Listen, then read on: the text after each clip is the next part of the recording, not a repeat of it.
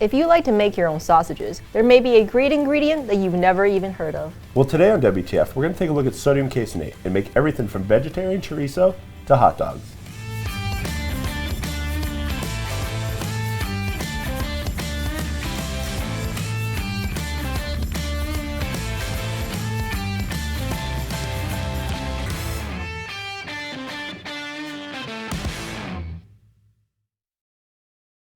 Hello and welcome to WTF, where we transform food here in the Modernist Pantry Test Kitchen. I'm Chef Scott Guerin. And I'm Janie Wang, the owner of Modernist Pantry. Today, Scott and I are going to be talking all about sodium caseinate, which is a dairy protein. So we're going to be talking about how do you use it, what are some of its common uses, and most excitingly, what are some of the tasty foods that you can make with sodium caseinate. So Scott, let's start with the basics about what is sodium caseinate and where does it come from? So like you said, it's one of the proteins from milk. So we usually have whey and we have casein. And sodium caseinate is just that casein protein that is usually what makes cheese stringy and adds all those great textures. But we can add it to a lot of meat products and even vegetarian products to give a good kind of robust chew to a sausage that we're going to make. We're going to make some vegetarian chorizo. And you can also use it as an emulsifier in sausages. Okay. And how do you typically apply it if you were to make a chorizo or a sausage? I'm sure we'll see it here in a sec. Yeah, we'll do a little demo kind of show you. And it works really well with transglutaminase, which we covered all the way back in episode 101, I believe it was. So, the or original. 102, yeah. Okay. So one of the original ones that we covered. But what it does is it adds those two proteins that transglutaminase needs. It needs the lysine, it needs the glutamine to create that bond. So when we add it to this vegetarian chorizo, it's going to bind it up and give it that really kind of meaty texture. Okay, well I'm excited to see that. Do we want to jump right into that? that? Yeah, let's hop into this demo because then we got to reset and we're going to have a whole nother demo for you of using the vegetarian chorizo. So first, I have carrots and black beans. And these are the two main things that we're going to use when making our vegetarian chorizo. So what happens if you try to make this sausage but you don't add the sodium caseinate? So if you don't add the sodium caseinate, it'll just come out like a paste because the sodium caseinate has those proteins that need to create the bond. Without that, I've tried to do it with just the sodium caseinate and I've tried to do it with just the transglutaminase, and nothing happens. It's just a paste because there isn't enough protein in the beans. There's definitely not enough protein or any protein in the carrots themselves. So you definitely need to add in that sodium caseinate to create that bond. Without it, nothing happens. Okay. Okay, so I added those two. I have some roasted garlic and onions here, and I'm going to add those later because I want those to kind of simulate the little like fatty bits that are inside of the chorizo itself. So we'll keep those off to the side.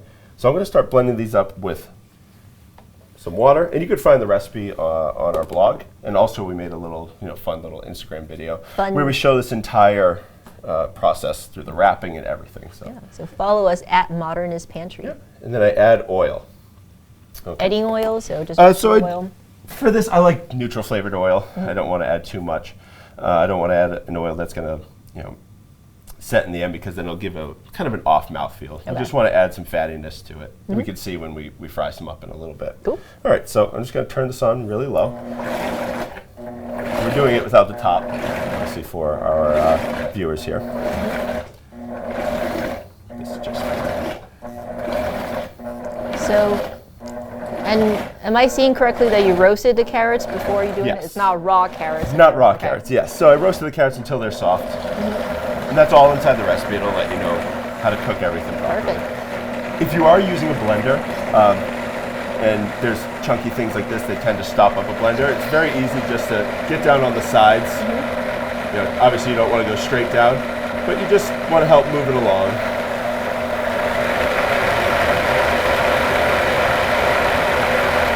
And you'll notice that not all the skins get blended up, and that's totally fine. Any little bits of texture we can get in there is a good thing. Yeah. So you're not looking to just make a perfectly smooth puree. You want some of that chunkiness.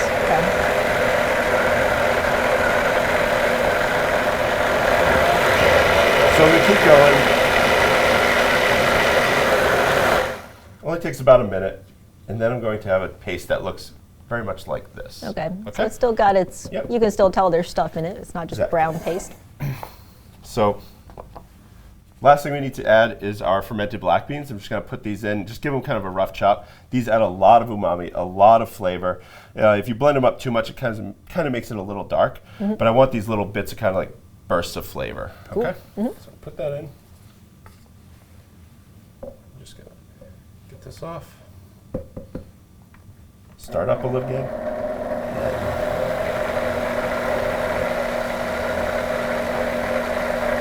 The fermented black beans, you can buy them at any Asian market, but they are very salty. So some people like to soak them if they don't like too much salt in their food. Okay. Yep. I prefer them like this because it gives it a really nice flavor. And you want it to taste as much like chorizo as possible. Okay. So I'm going to take it out, scrape down the sides, and get it right into my bowl. So we have a few more things that we're going to add. Like I said, the roasted onions and garlic, going to add like that fattiness to it. Okay. And then I have some shredded carrots. If you've ever had chorizo, it has almost a stringy quality to it. So that's why I put the shredded carrot in there, just to give it a little bit more texture. Make sure you get all of it. For No internet food TV waste. purposes, that's enough. Okay, so move this out of the way. Have my carrots. Add those in. Have my roasted onions, and garlic. That's always my favorite. Yes. And the best part about all this is that when you do sear them, everything will have that nice even sear on it, and it'll have like nice crispy bits and a good bit of texture, like differentiation. So it's not just this one solid piece of substance, which a lot of vegetarian sausages are. It's just all of it is soft. You want to have a little bit of change in there, a little. I think so. So at what stage do we add the TG and the sodium caseinate? So I'm going to add that last. Okay. Right? Because once I add that, that's actually a very good question. It starts creating bonds immediately. And if I add it right now and I let it sit and we have a little chat, it's going to be a brick by the end. Okay. So I need to add it and then I need to roll it. And you can watch that on our Instagram video. You see how fast I move. I put it in there, mix it up, and then I get it into the plastic wrap. And we're going to look at one that's finished in a little bit too. So you'll be able to see the whole process. I added a little bit of cayenne, a little bit of paprika. I have some ground coriander and cinnamon here. Smells good. And then salt. Salt makes everything delicious. So, like I said, I'm not adding those until last. Just mix them in. Okay. The paprika is going to give it that kind of classic chorizo color. Right. The cayenne's going to give it the spice.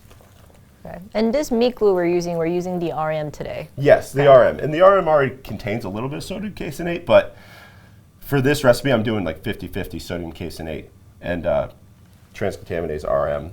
So you really want a lot of it because it really needs to create a bond. There isn't enough in here to create a bond. So, I mean, if you haven't watched episode 101 all about TG, it's the sodium caseinate that really allows RM to have that really nice bond. So I guess we're just upping that by adding even more sodium caseinate. Yes. Yep. Yeah. And usually you want to use it at about 10% to the total weight of the product. Okay. And that's fine if you want to make your own variation on this.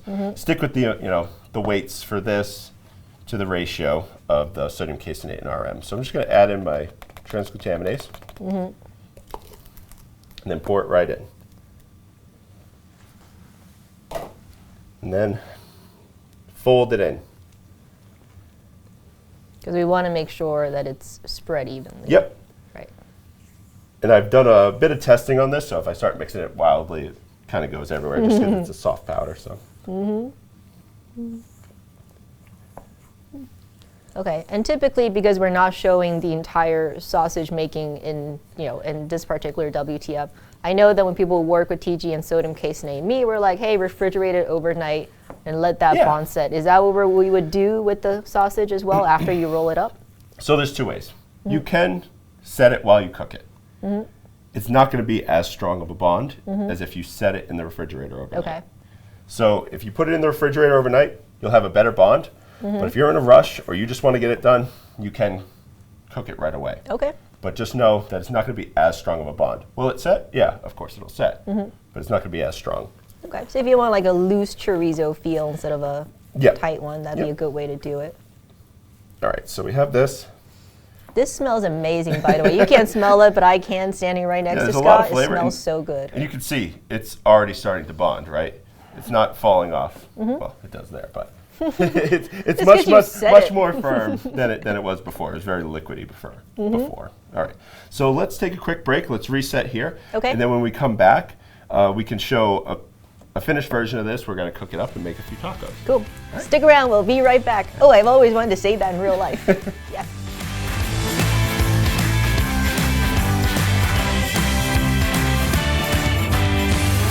And we're back, Jane. It's been like no time passed at all. It's amazing. All right, so I'm going to fry up a piece of the chorizo, but first let's take a look at it. So we have a little piece here, right? And you can see all the little bits that are in there. Yep. So I want to get a nice shot of it. Yeah, it looks super yummy. But before we take it out, it'll look like this. So what we do is we put it in some plastic wrap, we wrap it up, we tie the ends nice and tight, and then we poach it pretty much. So once you make it, how long does that last for in the refrigerator? I like to say any cooked food that you made at home without any preservatives, 7 days is the max you want to do it. But if you freeze it, you can have it up for a month or two. So great. Okay. Great. It's a great make ahead then for like a party or of course. a cookout. Yeah. All right. So I have my pan nice and hot. Just gonna add a little bit of vegetable oil, and then I'm gonna put a few pieces in. I think this would be great fired up on the grill too. Yep. And one thing, like you asked, when you add the sodium caseinate or you add just the transglutaminase, it may set, but when you go to cook it, it will just melt. So especially the sodium caseinate, it'll just melt like cheese would because that's what it's made from. So the transglutaminase really binds it up. So I'm just going to do about 4 pieces. Just let them get nice and crispy. Okay. But while those cook, we can talk about these two. Sure. And what do we have here? All right. So we have the duck burger, which we actually mentioned in episode 142, which talked about sodium hydroxide and pretzelizing things. So we took the brioche and we made a brioche burger bun, but then we had some fun and we made a brioche hot dog bun. Is this also? Oh, yeah, it looks so good. That is the brioche, and that is it formed into a New England style hot dog bun because that's where we're from. So the burger is really cool because I took about 40% duck skin / fat and 60% meat. I mixed in some porcini mushrooms and I made almost like a duck sausage out of it. And the whole recipe is on the blog. But I cook it in a sheet and then I punch them out and we sear them up really nice and we can make a really beautiful burger as we did here. Yeah. But the one I'm the most proud of all these, I like all these recipes, but the Frankfurter, the hot dog recipe, it's something I never thought I'd be able to make as good as this came out. It's delicious. And I made it a little bit bigger, so it's in a hog casing, so it's a larger hot dog, if you will. It's more the size of a bratwurst. Yes. But getting the seasoning right and the sodium caseinate, that doesn't have any transglutaminase in it. It's just the sodium caseinate to bring all that fat together, to emulsify all that fat into the meat. It makes it so beautiful, and it's one of my favorite things I've ever made. Yeah, we definitely taste test everything, obviously, but I mean, they're both super good. I would say the duck burger is my personal favorite. We all have our favorites because, you don't get duck burgers very often, right? Like, it's just so different and it's super tasty. The hot dog is also good, so try out both recipes. Yep. I feel like it is going to be like an awesome, just like a summer barbecue. Yeah, just for everyone. Yeah. Almost everyone. Because these, like we said, vegetarian, they're not vegan because of the dairy that is in the sodium caseinate itself. So once these get nice and crispy, they're already crispy on one side, just flip them.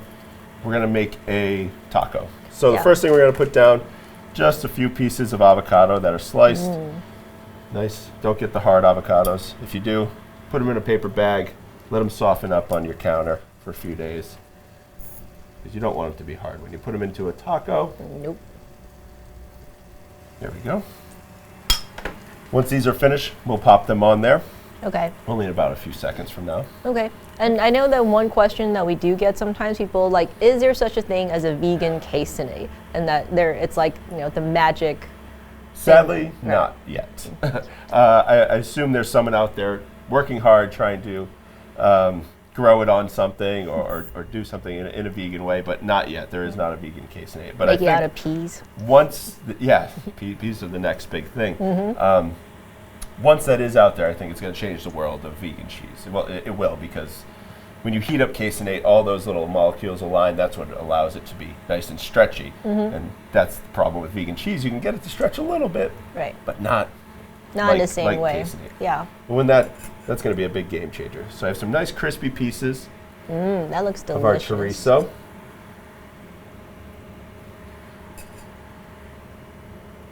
Just get them on there. All right. We have some beautiful pickled red onion, which we'll be talking about in a future episode of WTF. I'm going to keep the pickled Fresnos in there just for the final garnish. Back in our sports-themed episode, we talked about sour cream. Yep. But we didn't really put it to use other than on nachos. But we can absolutely put it to use on this taco. Oh, for sure. Because it is vegetarian. So I just put it in a little squirt bottle. If you allow it to drain for a few days, you get this really nice, beautiful, thick sour cream. A little bit of hot sauce from that episode as well. Okay, and that would be episode 129. So You're check my out, episode person. yes, check out the sports You remember snacks. them all. I know. Mine like a steel trap. Great. And then I'm going to garnish with a few pieces of cilantro, not too much. And then some pickled Fresno peppers. That looks so good. It's going to be lunch after this is done. So these pickled Fresnos right on top. And that is done. We have a nice, beautiful vegetarian taco. Yay. Duck burger on Pretzelized brioche.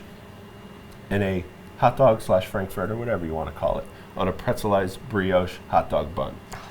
So this is like mouth-wateringly delicious if you are standing here and you're just smelling all these flavors, and it is so good. So hopefully you've learned a little bit today about how to use sodium caseinate and get these recipes. Like, please get these recipes. It will change your life. Yeah, and if you have any issues with them, just go on our Ask a Chef right on our blog, and you can ask, and questions come directly to me. So I think that's going to wrap it up for us today, so we can go and then eat all this food. And from here in the Modernist Pantry Test Kitchen, I'm Janie Wang. And I'm Scott Garrett.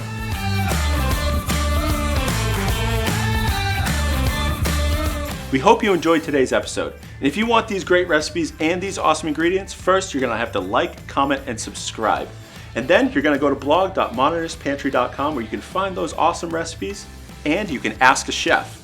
And to get these great ingredients, go to modernistpantry.com.